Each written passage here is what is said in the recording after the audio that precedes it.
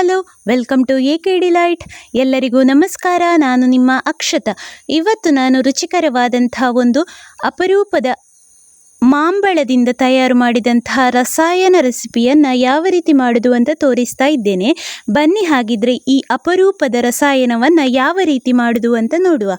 ಅದಕ್ಕೂ ಮೊದಲು ಯಾರೆಲ್ಲ ನಮ್ಮ ಚಾನೆಲ್ಗೆ ಸಬ್ಸ್ಕ್ರೈಬ್ ಮಾಡಲಿಲ್ವೋ ಸಬ್ಸ್ಕ್ರೈಬ್ ಮಾಡಿ, ಹಾಗೆ ವಿಡಿಯೋನ ಫುಲ್ ನೋಡಿ ಸಪೋರ್ಟ್ ಮಾಡಿ ಸ್ನೇಹಿತರೆ.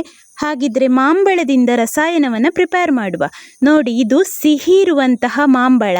ನಮ್ಮ ಈ ಮಂಗಳೂರು ಸೈಡೆಲ್ಲ ಸಿಗುವಂತಹ ನೆಕ್ಕರೆ ಮಾವಿನ ಹಣ್ಣಿನಿಂದ ತಯಾರು ಮಾಡಿದಂತಹ ಈ ಮಾಂಬಳದಿಂದ ರುಚಿಕರವಾದಂತಹ ರಸಾಯನವನ್ನು ನಾವು ಪ್ರಿಪೇರ್ ಮಾಡ್ತಾ ಇದ್ದೇವೆ.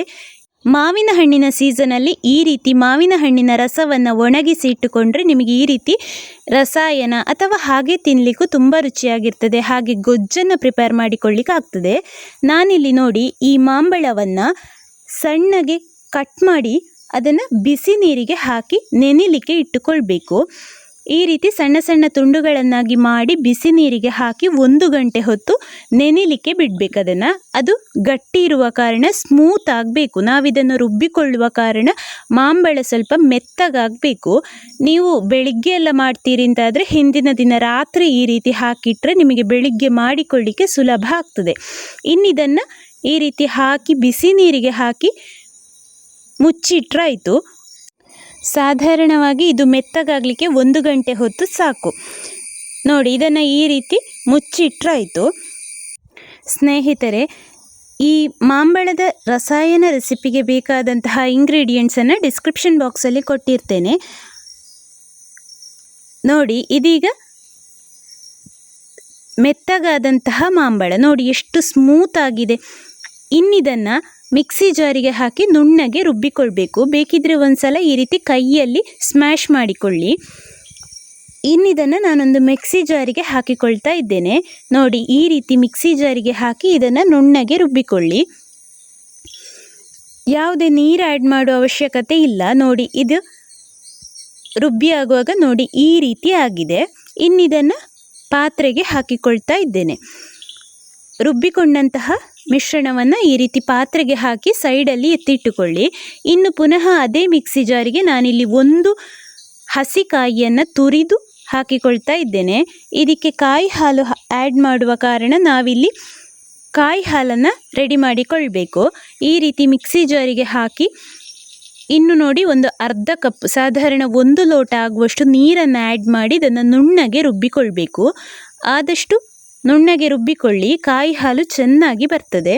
ಇನ್ನಿದನ್ನು ಒಂದು ಕಾಟನ್ ಬಟ್ಟೆಯಲ್ಲಿ ಸೋಸಿಕೊಂಡ್ರಾಯಿತು. ನೋಡಿ, ಈ ರೀತಿ ಒಂದು ಪಾತ್ರೆ ಇಟ್ಟು ಅದರ ಮೇಲೆ ಒಂದು ಕಾಟನ್ ಬಟ್ಟೆ ಹಾಕಿ ನಾವು ರುಬ್ಬಿಕೊಂಡಂತಹ ಕಾಯಿಯನ್ನು ಅದಕ್ಕೆ ಹಾಕಿ ಚೆನ್ನಾಗಿ ಕಾಯಿಯ ಹಾಲನ್ನು ರೆಡಿ ಮಾಡಿಕೊಳ್ಬೇಕು. ನೋಡಿ, ಕಾಯಿ ಹಾಲು ತೆಗೆಯುವ ವಿಧಾನ ಈ ರೀತಿ. ಕಾಯಿ ಹಾಲು ತೆಗಿಲಿಕ್ಕೆ ತುಂಬ ಸುಲಭ ಆಗ್ತದೆ. ನೋಡಿ, ಇದೀಗ ನಾವು ರೆಡಿ ಮಾಡಿದಂತಹ ಕಾಯಿ ಹಾಲು. ಇನ್ನಿದನ್ನು ನಾವು ರುಬ್ಬಿದಂತಹ ಮಾಂಬಳದ ಮಿಶ್ರಣಕ್ಕೆ ಹಾಕಿ ಒಂದ್ಸಲ ಮಿಕ್ಸ್ ಮಾಡಿಕೊಳ್ಳಿ. ಇಲ್ಲಾಂತಾದರೆ ನೀವು ಇನ್ನೊಂದು ಸಲ ಇದೇ ರುಬ್ಬಿಕೊಂಡಂತಹ ಕಾಯಿಗೆ ಸ್ವಲ್ಪ ನೀರು ಹಾಕಿ ಇನ್ನೊಂದು ಪ್ರತಿ ಕಾಯಿ ಹಾಲನ್ನು ರೆಡಿ ಮಾಡಿಕೊಳ್ಳಿ. ಇದು ಸ್ವಲ್ಪ ನೀರಾಗಿರ್ತದೆ.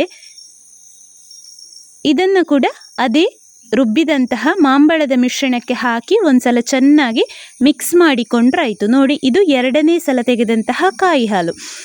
ಕನ್ಸಿಸ್ಟೆನ್ಸಿ ನೋಡಿಕೊಂಡು ಆ್ಯಡ್ ಮಾಡಿ. ನಿಮಗೆ ತೆಳು ಇರಲಿ ಅಂತಾದರೆ ತೆಳು ಇರಲಿ, ಅಥವಾ ಸ್ವಲ್ಪ ಗಟ್ಟಿ ಬೇಕು ಅಂತಾದರೆ ಕಾಯಿ ಹಾಲು ಆ್ಯಡ್ ಮಾಡುವಾಗ ಕನ್ಸಿಸ್ಟೆನ್ಸಿ ನೋಡಿಕೊಂಡು ಆ್ಯಡ್ ಮಾಡಿ. ನೋಡಿ, ಇನ್ನಿದನ್ನು ಈ ರೀತಿ ಒಂದ್ಸಲ ಚೆನ್ನಾಗಿ ಮಿಕ್ಸ್ ಮಾಡಿಕೊಳ್ಳಿ. ನಿಮಗೆ ಎಲ್ಲಿಯಾದರೂ ಇದು ರುಬ್ಬಿಕೊಂಡಂತಹ ಮಿಶ್ರಣ ನುಣ್ಣಗೆ ಆಗಲಿಲ್ಲ ಅಂತಾದರೆ ಇಷ್ಟನ್ನು ಪುನಃ ಇನ್ನೊಂದು ಸಲ ಮಿಕ್ಸಿ ಜಾರಿಗೆ ಹಾಕಿ ನುಣ್ಣಗೆ ರುಬ್ಬಿಕೊಂಡ್ರಾಯಿತು.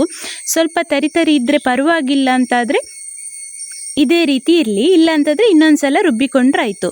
ಇನ್ನಿದಕ್ಕೆ ನಾನಿಲ್ಲಿ 2 ಚಮಚ ಆಗುವಷ್ಟು ಜೋನಿ ಬೆಲ್ಲವನ್ನು ಆ್ಯಡ್ ಮಾಡಿಕೊಂಡಿದ್ದೇನೆ. ಸ್ವಲ್ಪ ಸಿಹಿ ಇರಲಿ ಅಂತ ಇದನ್ನು ಆ್ಯಡ್ ಮಾಡಿಕೊಂಡಿದ್ದೇನೆ. ಈ ಮಾಂಬಳ ಸಿಹಿ ಇರುವ ಕಾರಣ ಇದಕ್ಕೆ ತುಂಬ ಬೆಲ್ಲದ ಅವಶ್ಯಕತೆ ಇಲ್ಲ. ಹುಳಿ ಇರುವ ಮಾಂಬಳ ಎಲ್ಲ ಈ ರೀತಿ ಮಾಡಿಕೊಳ್ಳಿಕ್ಕೆ ಆಗಲಿಕ್ಕಿಲ್ಲ. ತುಂಬ ಹುಳಿ ಇರ್ತದೆ, ರಸಾಯನ ಎಲ್ಲ ತುಂಬ ರುಚಿಯಾಗಿ ಬರುವುದಿಲ್ಲ. ಅದೆಲ್ಲ ಗೊಜ್ಜಿಗೆಲ್ಲ ಬೆಸ್ಟ್. ನೋಡಿ, ಇನ್ನಿದಕ್ಕೆ 1/4 ಚಮಚ ಆಗುವಷ್ಟು ಉಪ್ಪು ಹಾಕಿ ಒಂದ್ಸಲ ಈ ರೀತಿ ಚೆನ್ನಾಗಿ ಮಿಕ್ಸ್ ಮಾಡಿ.